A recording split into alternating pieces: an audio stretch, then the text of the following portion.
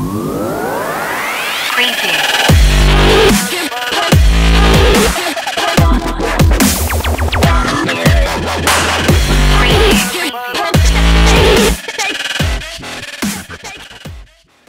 à toutes et à tous, je vais vous présenter aujourd'hui la nouvelle valise semi-rigide de Légende Archerie, à savoir la Everest 40 ainsi que sa grande sœur la Everest 44. Ces deux valises ont été lancées sur le marché il y a quelques mois déjà.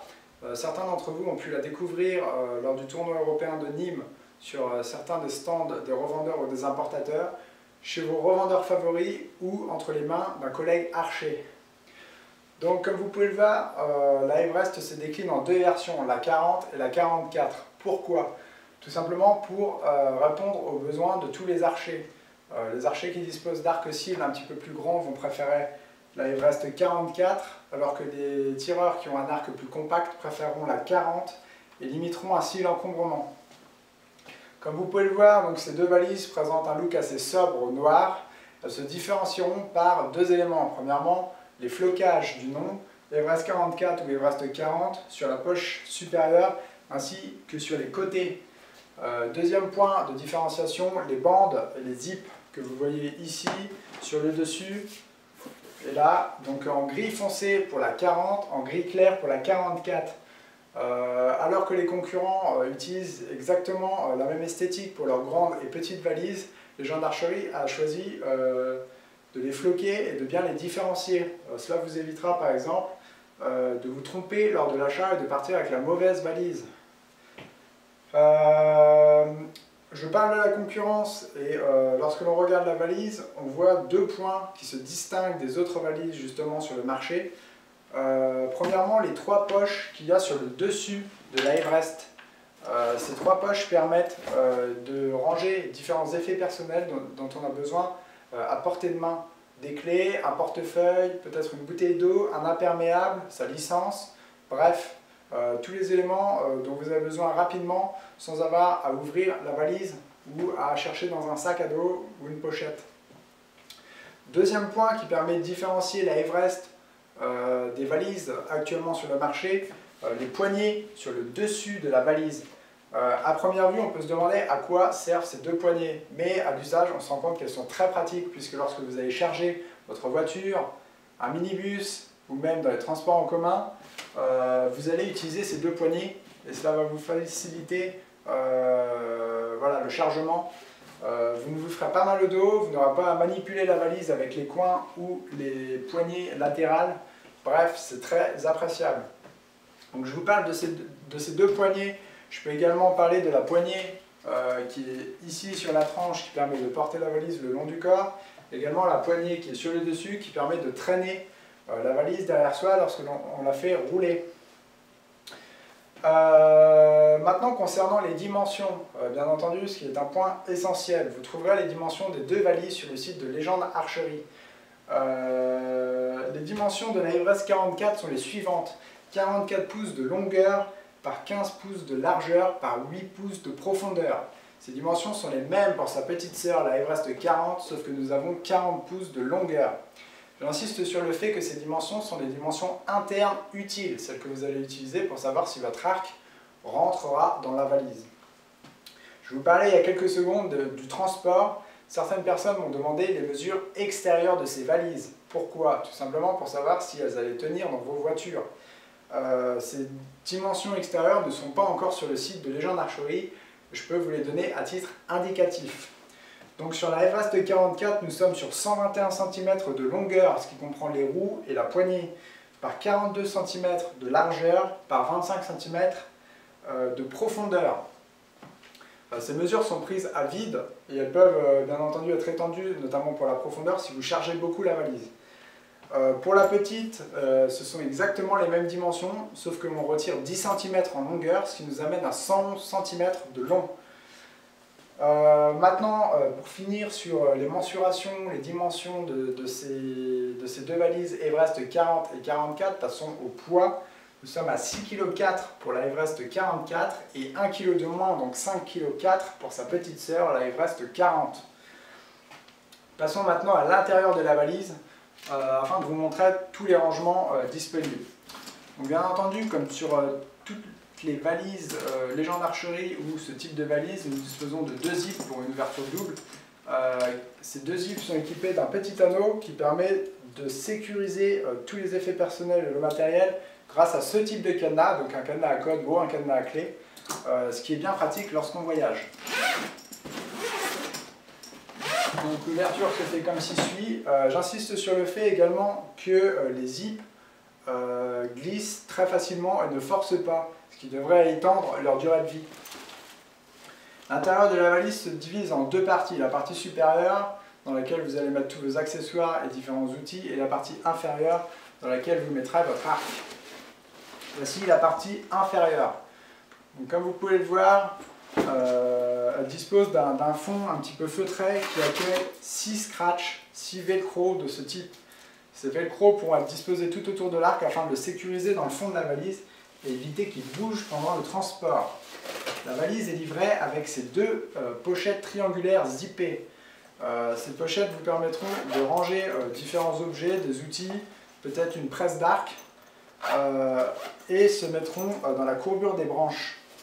J'insiste sur le fait que ces 2 pochettes sont livrées avec la valise Everest, la 40 ou la 44. Elles seront avec lors de l'achat, contrairement à certaines valises concurrentes où les pochettes de ce genre sont des accessoires. Il faut rajouter de l'argent pour les avoir.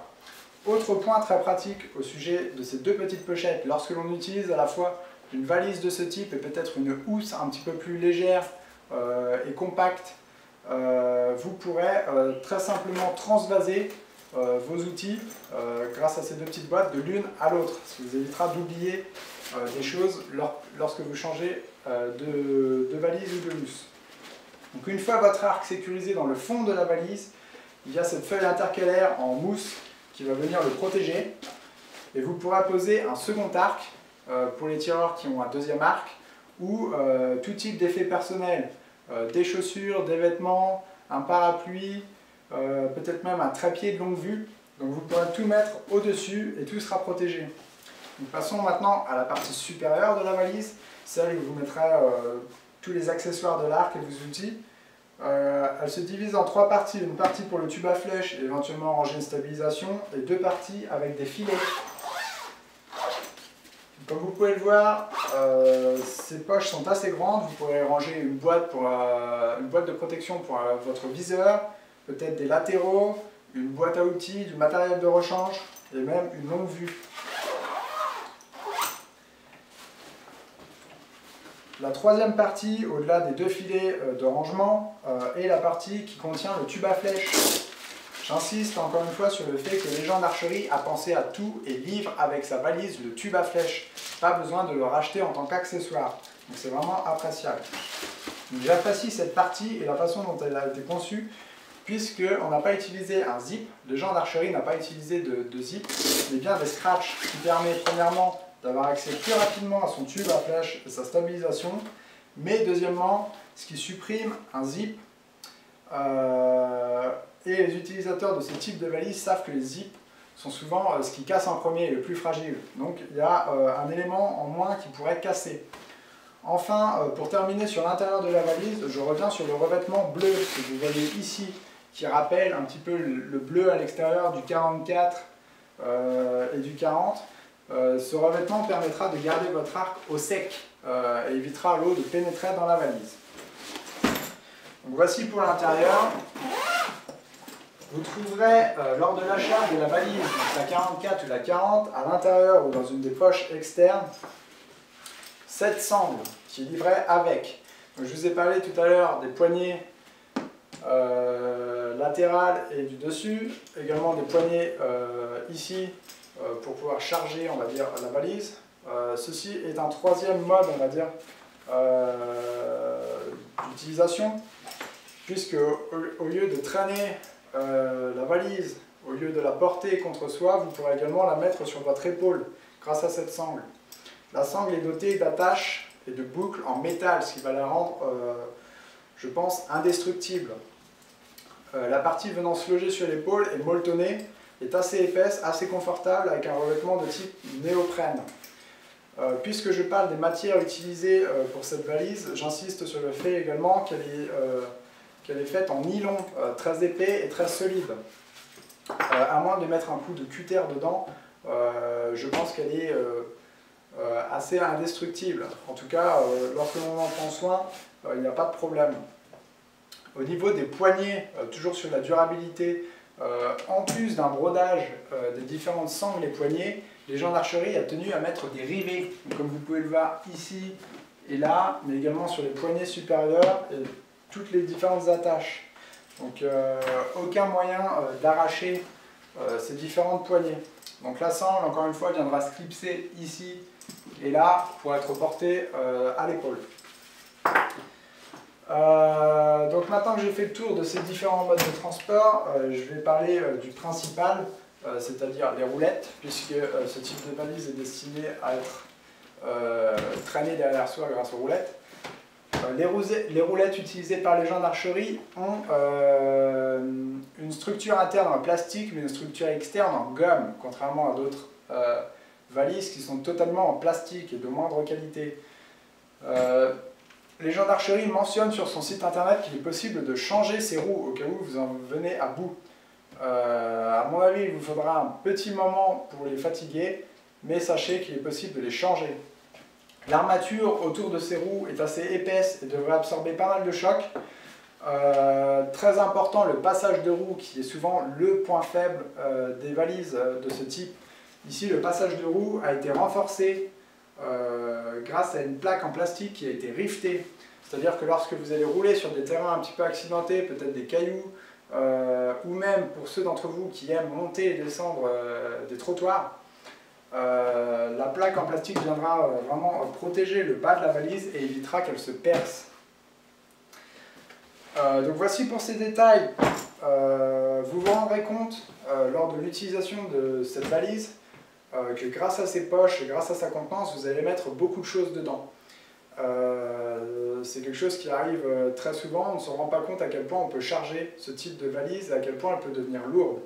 Le problème est qu'il arrive parfois qu'on ne puisse pas la faire rouler. Par exemple, si le parking est très éloigné du terrain de tir et qu'il s'agit de cailloux, que c'est trop accidenté, il vous faudra la porter soit contre le corps grâce à la poignée ici, soit grâce à la sangle au niveau de l'épaule. Cependant, la valise pouvant être chargée et pouvant devenir très lourde, les gens d'archerie ont pensé à tout et a inclus en plus des bretelles dorsales que voici encore une fois avec une attache métallique pour plus de durabilité. Je n'en sors qu'une seule, mais il y en a deux bien entendu. Donc comme je vous l'ai dit, si vous avez besoin de porter la valise, ce qui peut arriver sur une distance un petit peu longue, il faudra certainement préférer les deux bretelles et un port sur le dos. Donc ça évitera de vous blesser à l'épaule, au bras, ce qui peut très vite arriver avec des valises un petit peu lourdes. Et deuxième avantage, cela permettra d'avoir vos deux mains libres pour porter d'autres éléments, peut-être une tente ou peut-être une autre valise en plus. Donc voici pour tous ces éléments.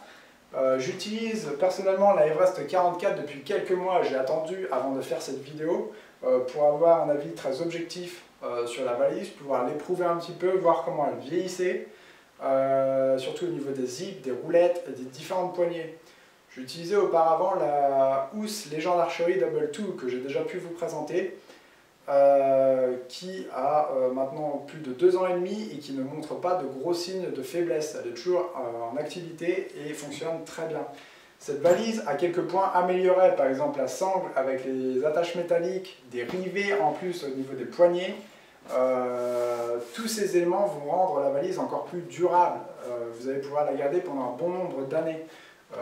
Pour l'instant, je ne vois aucun signe de faiblesse sur la Everest 44 que j'utilise.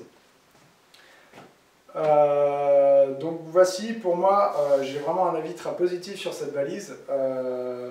Parlons maintenant du prix, qui est quand même un élément essentiel lors de la décision d'achat pour ce type de produit.